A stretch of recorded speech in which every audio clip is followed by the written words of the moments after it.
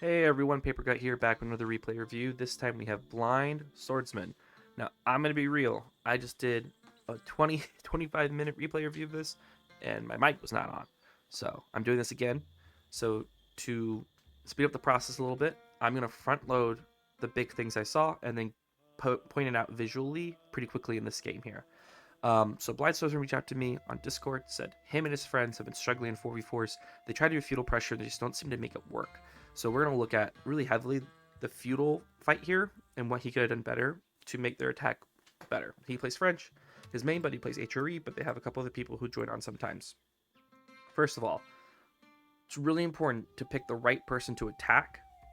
In this game, you guys are going to not pick the right person to attack. It's not necessarily not the right person to attack, but you could have picked better people, which then set you up for failure when those people got to be greedy and boom and take advantage of that.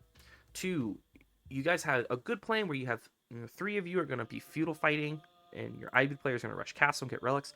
Your Ivy player is way too greedy. He's going to go castle, and then he's going to make no units. He's going to make just pure whatever the monk is called, the writing monk.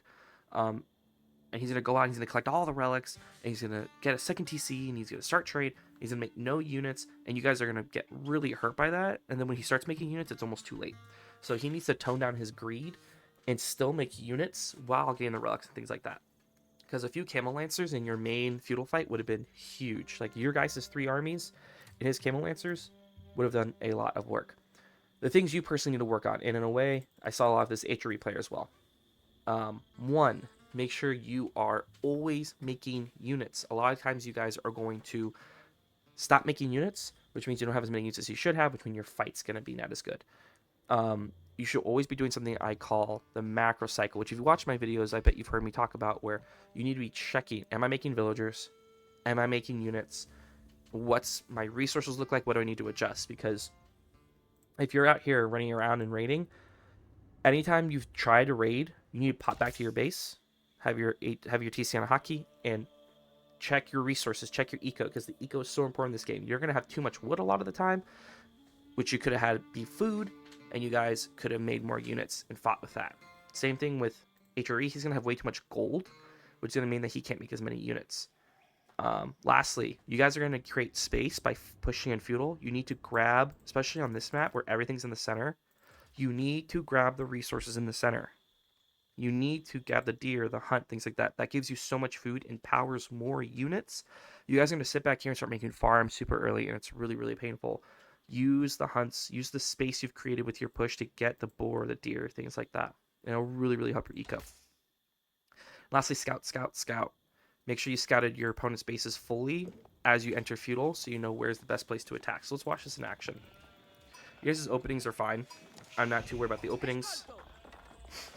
The one thing is, especially in these 4v4s with 4 of you scouting, you should have great vision on your opponent by the time they hit feudal. You should know where his resources are. Especially, the big thing about feudal fighting is cutting off opponent's resources, knowing where the resources are, and knowing what they're doing.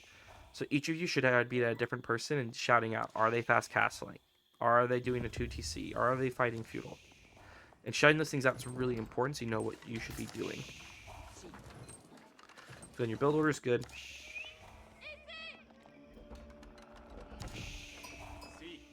You didn't get a lot of sheep, which sucks, but really you should be rushing. Basically, as soon as you get your first 2 knights out, rush this boar and this deer. Especially because no one on their side is an aggressive civ. They're all kind of slow setup, passive, or fast castle or booming civs. So you don't have to worry about night raids, really.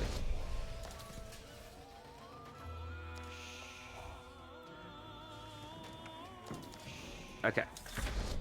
So we're aging up. One thing is, you need to make sure you get blacksmith arrow defense first. When we get the blacksmith, you automatically get the melee attack, which is huge for one-shotting villagers or 2-shotting them with your charge. 2, you need to make sure that you get the blacksmith and get arrow defense, which allows you guys to really fight under TCs more. So for example, on this picking your target, why'd you go Ottoman? He's the only one that's going to have spears, so don't go Ottoman. OTD will be slow to set up. Look, he's on berries right here. China will be slow to set up. When you scout this, you're going to see his mill is right here. Easy to raid. And his gold is out too. So it's like, do I raid the gold? Do I raid his food? You can do both. And then when he drops a Barbican, you could have stopped him dropping Barbican. He hasn't even started yet. Japanese player's going 2 TC. He hasn't even set it up yet. You could stop that. So, like, you have 3 opponents here, all doing things that are wide open for raiding, and you head to the Ottoman player first. So it's just like that sort of decision making. 2, look, you start making a knight, you should have 2 knights queued up right now. There we go. Now you're heading up here. HRE is very slow in getting units. That's because when he aged up, he didn't have people on wood on the age up, and now he's doing 7 on gold. This is so much on gold. Way too much on gold. He's gonna just have constantly way too much gold, and your Ottoman player is also setting up very slowly. He should be sending units forward right now, but he has all this wood and he's not spending it. But he should be sending units forward right now. So you try to raid, boom, boom, and see if you have that blacksmith, that's a dead villager. And now we're going back. Just go back. Okay, this one's a huge one to me. You see he is on food right here. All his sheep are right here. Don't let him go back on food. Just don't let him. You have 2 people who are right on their food back to back. Since you left, he got this tower up. You left and he's immediately back. So you've done no damage. Just stay here. He doesn't get a tower up. He doesn't get these sheep. You could have raided his woodline right here. Like, there's so many options that you're just letting him get away with because you decide, I'm going to run this way. Here's our example of not making units. Look, you just are making more units. You have all these resources. You could be making more units. Now you're over here, it's like, too much, too much. Pick who you're going to fight. Do it. Fight that horseman. It's just a horseman. And this is what I mean by taking too long. You're dropping a ram. Why? It's 1 tower. It's not even upgraded. Just push him. You'll burn the tower down. And in the process, you will have multiple villagers who are not collecting food. 2, he's just sitting on food right here. He's fast castling. You could have stopped this. Look at this. That's just a lack of scouting and a lack of just like noticing what he's trying to do. He's all on gold, he's all on food, and thinking, okay, the age up is happening somewhere around here. And then just like running around and doing that. But your HRE player getting here at the 9-minute mark, and now you're dropping rams. It's going to take you another 1.5 minutes to attack, which is a huge amount of time.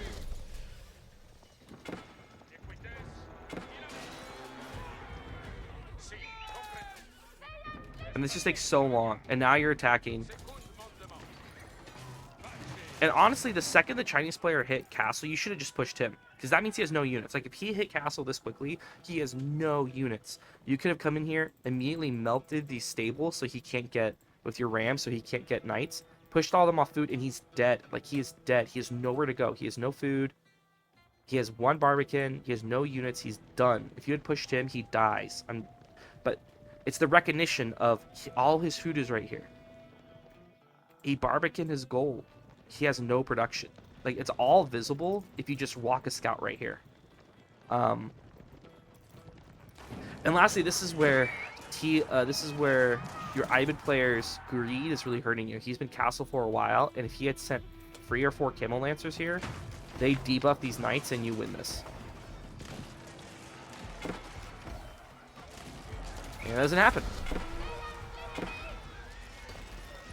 And now you're 4 on 3. Like, they all send units to help, and your Ibid player is just collecting relics and going to second TC, like ultra greedy. And now you guys are stuck because you lost a lot of your units doing this. This is the point where if I was you, well, and this is the issue where since you didn't collect food in the center, now you're running out of food. You have to go farms. That's super inefficient.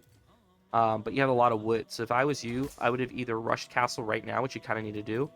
And after I rushed castle, I would have made some knights and then gone second TC to try to get some eco back. But yeah, I hope that visually showed you why that push didn't fail. When you're 4v4, there's just so much to consider. And picking the right target to push is everything. It's everything. Because if you can pick the right one who's not making any units and you go in and you just destroy everything, you win because it's 4 on 3 at that point. And it just took too long. Like, your HRE player has 1,300 gold. Why? What's he doing with that gold? You guys are on berries, which is such an inefficient food source. and so that slowed down your guys' unit production. But even then, why does he have 1,000 food? Like, he has all these men at arms here that weren't in the fight. So we're not rallying forward. We're not making units consistently. And we're not adjusting our resources. That's the biggest thing. If you do that, along with picking based on scouting, who doesn't have units, who's putting up towers and rushing and trying to get away with something, that's who you attack, and you'll do a lot better. Sorry that was shorter, but I hope I gave you some really good tips. If you have any questions, please let me know. And good luck on your games.